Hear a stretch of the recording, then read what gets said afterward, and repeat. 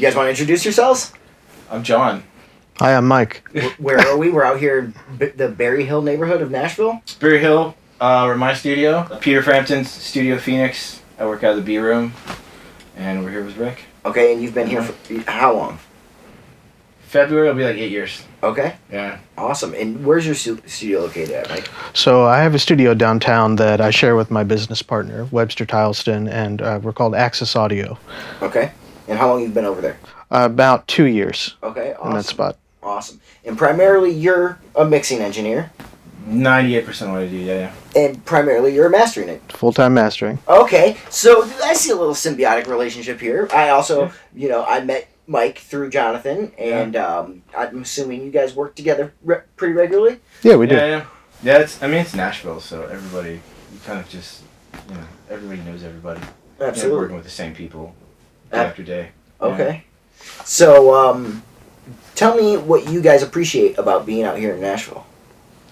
The community's kind of, just the music scene here is insane, especially if you're into making records in the studios. We're Bareilles.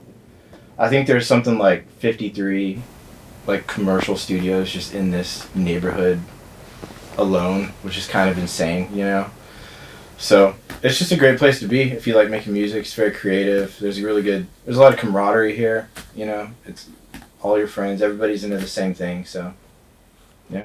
Yeah, it's a bigger city with a smaller town feel in a way because it's small enough that you can get around, you can see everybody, hang with people, visit other studios. The community is pretty strong, and anything you want is here. Any gear, any facility, microphone, you name it, you can get it. And there's also a mentality here, which is good, that everyone understands that this is a business, and for the most part, and they're respectful of that. They know that things cost money, and they hire you to do a job, and there's just a focused mentality about creating the best professional product you can. That's awesome to hear. Agreed. So how many Neumann microphones do you think there are on this street? Oh, Jesus. On this street? On this street. Out there. Like, if I were to walk down the street and go to every place, how many? Well, this street in particular is insane because we've got this building. We've got quite a few Neumanns.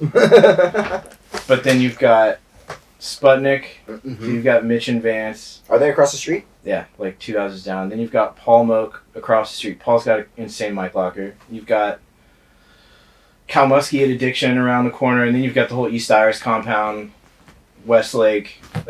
And that's not even everything. I know there's some more private spots. But it's couple hundred. There's got to be, yeah. Yeah, a couple. So in this neighborhood alone, you're in the thousands. You have to be. You have to be. That's what I'm talking about. It sounds ridiculous, but it literally has to be like... Yeah, go down the street to Blackbird, and then you get... we haven't even hit the other side of the neighborhood with Blackbird and, everything else over there. So would you think that this street right here is probably the highest concentration of Neumann microphones in the world? Would you be willing to put a bet on that? I think there's a good chance. There's a good chance. That'd be... with John's tipping the scale. Yeah, Blackbird would it'd be a safe bet just because that dude's insane and just has all of them down there. It's pretty close. The only other place that could probably compete would be some crazy collector. It'd have to be. Yep.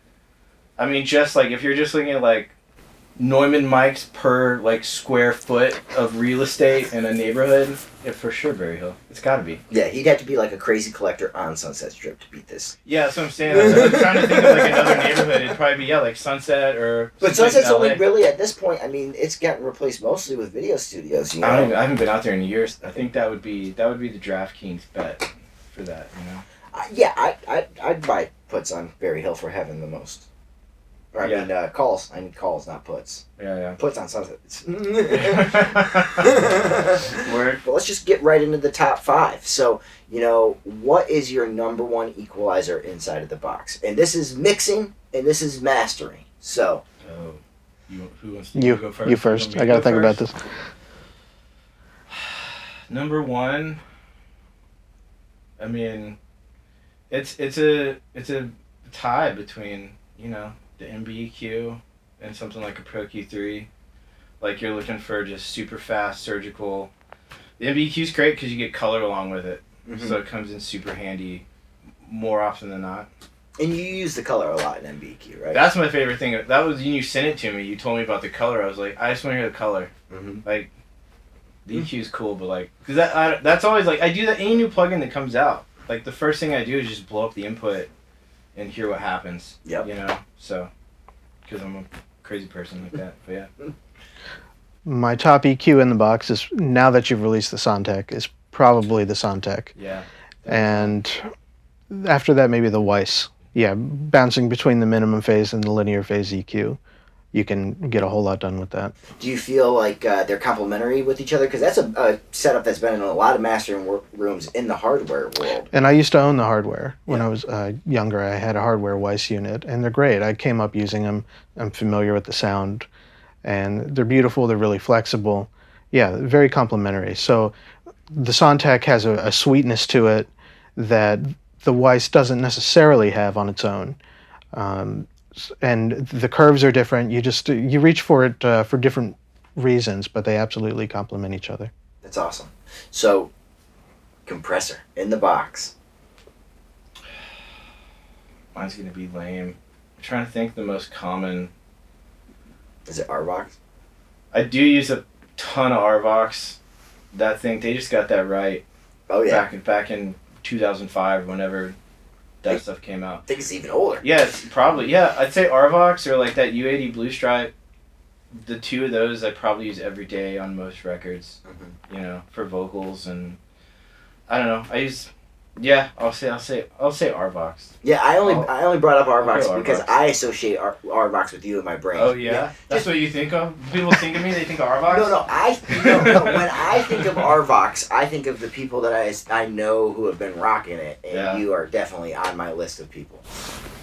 That's a compliment. I'll take it. Yeah. Oh, there's some very, very talented engineers on that list. You know, RVox. Well, I mean, even our comp. Like, I mean, I know so many people. I see that on sessions all around town constantly. Absolutely. Still, you know. Yep. Yeah. In the box compressor, Townhouse compressor from Plug-in Alliance. Ooh. That's the SSL style one, right? It is. And it's like a custom SSL? I believe so, yeah. I believe it's that studio's Townhouse custom. Studios? I think I so. could be wrong. Yeah. Yeah, I think that's my favorite in the box compressor Okay, that's very interesting. for what I have to do. No. That's really cool to hear because, you know, when it comes to mastering, there could be a lot of weirder esoteric options, but then when you look at a dude like Bernie's room, you know, they've got custom SSL style VCA compressors in their consoles, and, you know, most people don't really think of that being in a lot of mastering rooms, but they clearly have gotten tons of great use out of it. Yeah, and it's not that I have to compress a ton either. It doesn't mean I have to slam everything. It's just when I need that thing, it does it really well, and I think better than any of the SSL style compressors I've heard. Okay. Do you tend to keep it wide open, like attack all the way open and on auto? A lot of the time, yeah. So attack around 30 milliseconds typically and release on auto. Or if I need it to snap a little bit more, I need a little more impact, I might say attack at 10 milliseconds, release even on 1. Yeah, on 1, yep. Yeah, when I just needed to hit. And it has a wet-dry control, which is great. So you can blend a little bit of the dry signal back in, keep some of the transients passing through. Okay. It has a tone that I like. It's cool. That's wonderful. Townhouse. Limiter. And this is where it gets interesting, because we got mixing and mastering. You can talk about your 2-bus limiter, or you can talk about things that you like to limit individual tracks with. It's pretty much 2-bus limiter. It's true. Pro L2 for every heated mix. Honestly, I just know how to mix into it. Like, I know what it's gonna do when I crank it on at the end. I don't really mix. I mean, it's running, but I'm not like. Can I ask you? Yeah. Can I ask you a personal question? Okay. When you turn off Pro L2, yeah, do you feel like your snare drum is like 8 dB louder than it should be? No, not the way I use it. See, for me, every time I try and mix through Pro L2, something happens. And don't get me wrong, I've mixed some great songs that I think sound amazing through Pro L2, but you turn that thing off and it's different. Well, I don't bring it on until the dead last. So you don't mix through it? No, I mean it's on, like signals passing through it. Mm-hmm.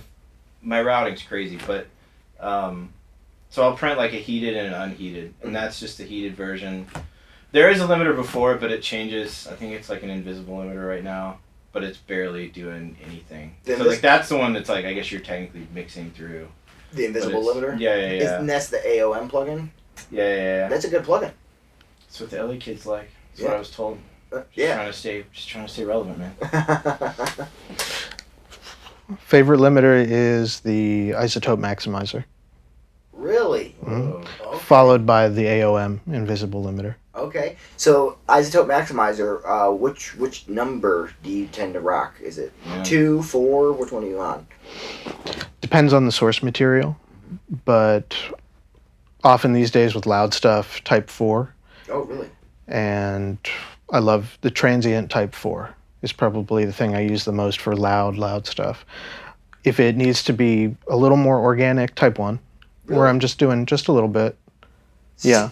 That's very interesting to hear. I actually am the exact opposite. I really like type 2 for what I would consider hard stuff. It sounds like it makes everything sound a little bit more like an EDM modern record to me, you know what I mean? And then type 4 I like for being incredibly natural, like that transient option, you know, on acoustic stuff. Yeah, I always rock with 4 on that one.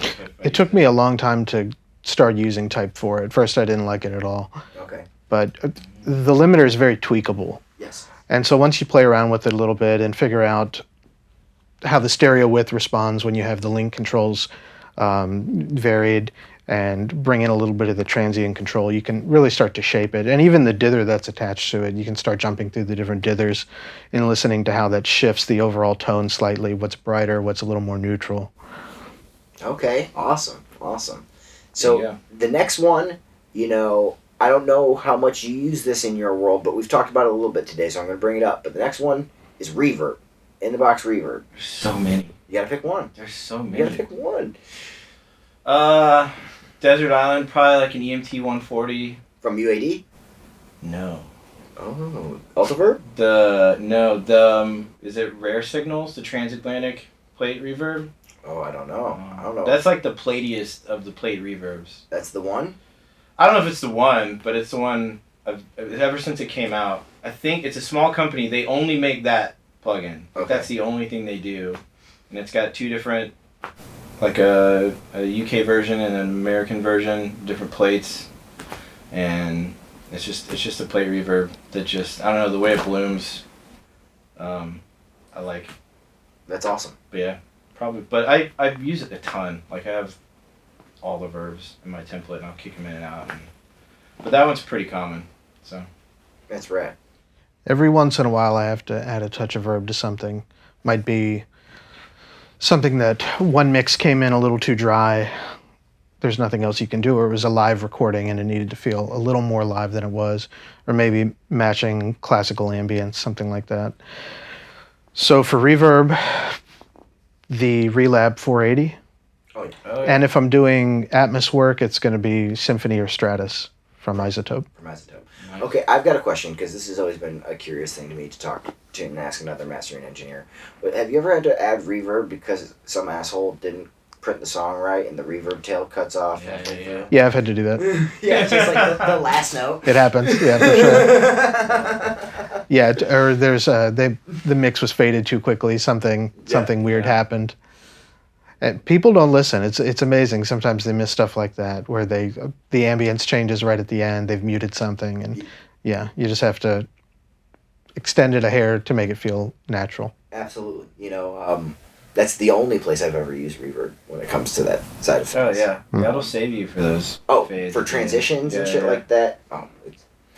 You know, most people don't think of reverb as a mastering tool, but it is. It truly is. I think I used it like on a hip hop thing, like to a true track. Yeah. And it was the same situation, and I just kind of like blended in some Valhalla or something, and yeah, I mean even does the trick. Even noise tape hiss can be that way too. Yes. If I have to print something to tape, sometimes what I'll do is I'll leave continuous tape hiss between tunes, just so that it never goes all the way down to digital black. So there's always just kind of an air around everything. Doesn't mean it has to be loud or objectionable. Do you have tape hiss samples, or do you just like have a ATR 102? I have an ATR 102 that I'm printing to. I've done that in mixes before where like things drop out to nothing, but I'll run like, what is that? Is it the RC 20. Yep. And like you can use some of their noise profiles, Mhm. and it doesn't feel so just jarring. RC20 is a great plugin. You Yeah. know, very creative. And to hear you using it for something like that's incredible, because I would never think of it. Like when I think of RC20, it's like, oh, we're gonna fuck up this vocal. Well, yeah, you can definitely use it for that too. But yeah. Okay, so the next one, I'm very curious because, you know, I know you're going to have an answer, but I don't know about you. Delay. Dude, I resurrected the Echo Farm this year, dude. The Line 6, they re-released it. Yes. Yeah, so that's like my slap delay on like every vocal. So you're For going... like the past year. I was like, I'm bringing the Echo Farm back. You're using the new one though, right? It looks the same as, was it TDM back when we all had those systems? Yep. But yeah, it's the same. I'm assuming it's the same. I don't know. I've never shot it out with a vintage Echo Farm plugin. You know.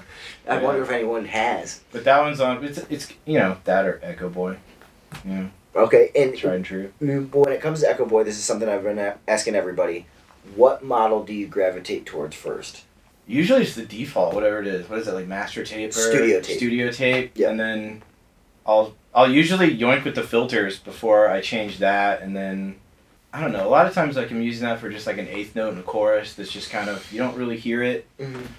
If I want to hear a throw or something, then I'm usually like getting weird and I'm playing with different tape types, and because you're gonna like audibly hear those repeats, so we'll kind of find something that feels cool. But or I don't know. Sometimes I don't even do that. I'm usually running like lo-fi behind it or EQ plugin or something to just, or coursing, or you know, and then that's going back into sending into a reverb. So it's usually never just a delay plugin, you know. Understood. Yeah. Do you use delay plugins at all? Yes. I don't think Do you own a delay plugin? I own delay plugins. But they're the ones that came with your data. Mostly. Spend money on a delay plugin? There are some immersive delay plugins that are very cool, but in a mastering context, I really can't think of a time where I've had to call up a traditional delay. If I have to do something like that, it's more along the lines of calling up a verb like a stage plus hall. Mm-hmm. Or something where there are two things and you get a little slap in the verb, but... Yeah, that solid, like, pre-delay slap thing that those lexicons have. Yeah. Oh, yeah. What do they call that? Taps? That's one of the categories you can adjust. Yeah, taps and... Oh, yeah, taps is how they make those halls. Or the stage. So if you go look at, like, large hall plus stage, and then large hall, the normal one, they're the same thing, except for there's a bunch of taps on the stage one. Interesting. Yeah. Advice for young engineers. Yeah. What can you give them? Let's go work in finance or something. Okay, so he says be a crypto bro. What do you got? I'm going for the real answer. I say if you know it's what you have to do in life, put your heart and soul into it. It's going to be difficult, but get the best monitoring you can afford. I say that's the first thing to do. If you don't know what you're hearing, you can't make great decisions. Good monitoring speeds up the process. It lets you know what something really sounds like. So room acoustics and monitoring. Focus on that. And then, of course, just work as hard as you can. Learn from other people. Ask a lot of questions. Yeah, you have to love it. Absolutely. Like if you're not just obsessed, I mean, it's so fucking hard. Like, it's just years until you make a decent living. Like, I think I started in, like, 2005. And, like, I mean, it's cool now, but, like, dude, those, like, first 8 years are just fucking brutal. And it's, like, you're usually not good enough at that point, so you're trying to get better and build a career and, you know, pay for things. And it's just, if you don't love it, you'll never make it through all that. You know, so you have to learn to listen. Learn from other people, other engineers who know what to listen for, and they'll teach you how to listen to music in a different way, especially in a mastering context. It's kind of a different way of listening. A lot of people don't understand that when they're coming up. You have to know how stuff should be hitting you coming out of your speakers that you're really familiar with. And I feel like in the mastering world, you don't really hit your stride until you've done at least 1,000 projects. and that's when you start feeling comfortable. Yeah, there's something to be said for that. Like, not being too precious in the beginning with every single record you mix or master or whatever. Like, it really is like, you get better over, you know, like, I'll talk to some young kid, he's like, dude, I did this mix and I don't hate it. And it's like, cool, now go do like 200 more. Like, that's kind of how, your career is never just like one thing. It's, you know, decades of just wins and losses, and that's kind of how you do it. And it's tough because when you're starting out, you're working on things that tend to be pretty rough. It's not until you get further on in your career that you get great mixes from top people. So you're struggling at first trying to fix problems all the time. And so you learn a lot. You learn how to fix those things and how to work with difficult sounding tracks, but you'll learn as you go along that it gets easier, you get faster, and the reward is that you get to work on much, much better stuff as you get further into your career. That's awesome. Well, thank you so much, guys. This has been amazing. You're welcome. Happy to. Yeah. It's great talking to Come you. to Nashville. Yeah, thanks. Thanks for doing all the stuff you do. Yeah, we're gonna keep doing it. And if there's anything you guys ever need, please just say the word. Let us know.